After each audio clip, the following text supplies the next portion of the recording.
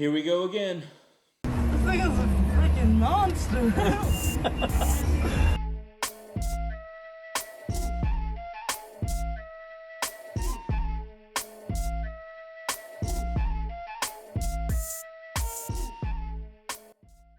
Welcome back to 91 Octane, and we did make a few upgrades to our sim rig. We were in a dinky little eBay rig, which I got rid of quickly, and then jumped into this, which is the ASR 6.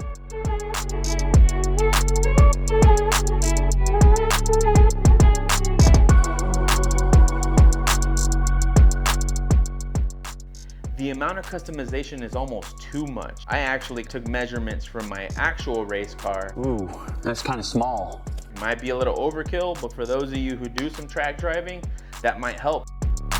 Now, one big reason I went with Advanced SimRacing is that they actually powder coat their rigs. Wow.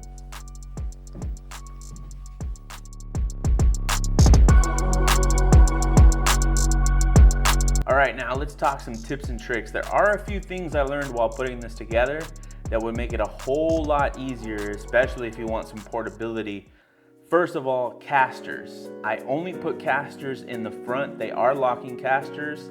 And in the back, I left the static feet. The reason I did that is that I don't want movement when I'm actually in the chassis. The way I actually move this around is I use a little Harbor Freight dolly to put under the side of the legs to be able to move it around pretty easily. I've also added a handle in the back.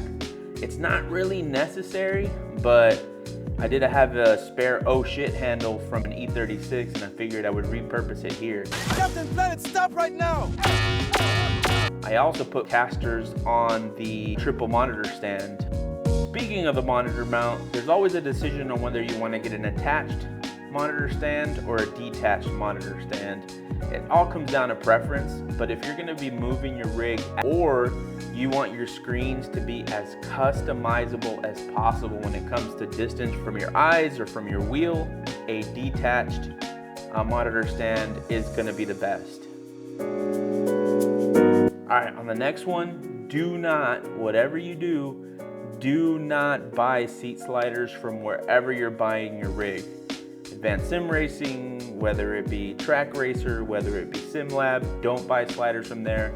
They tend to be sometimes double, triple the cost. eBay sliders will be more than enough for your use. That's what I have on mine.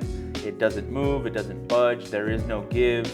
They are completely fine. Most of the time they're being manufactured by the same factory anyway. Now this one's a little more debatable, but it is a bit of a tip. If you want to get more bang for your buck, go secondhand market. I got a Sparco probably at like 70%, 60-70% off the retail.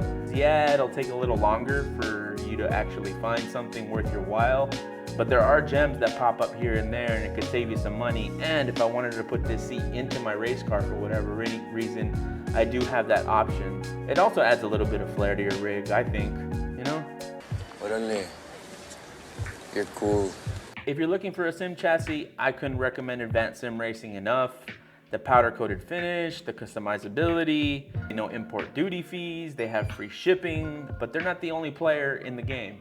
There are a lot of options on there. I think what I will say though is if you have an opportunity to go with aluminum extrusion, take the step to go in that direction. Yes, as you've seen probably in the video already, I have a G29 on here because I made sure to stay budget conscious and I blew through my budget. But even the G29 is better on a chassis this sturdy. Eventually I'll upgrade and it'll be better. I might just upgrade pedals first and hang out here for a little while.